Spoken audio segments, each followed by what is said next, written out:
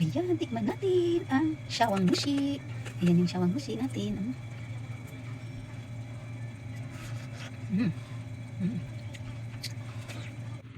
Gawa tayo ng Japanese shawang mushi. Ayan ang mga ingredients natin. Ayan.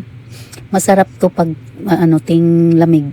Sarap kumain ng shawang mushi. Ito yung ilalagay ko na pang siya, soup. Ito, tapos ito ang ilalagay ko para pang siya, lasa niya. Timplahan lang ng oyo or mainit-init kunting tubig. Ayan, yan ang pangtimpla. Tapos ilagay ko siya sa may halong itlog. Yung itlog siya, 4 na itlog ang ginawa ko dito. Tapos kanina yung soup kanina, yun ang ihalo dito sa itlog para may lasa din ang itlog. Tapos ilagay ko yung kaninang soup. Ayan, ihalo lang siya.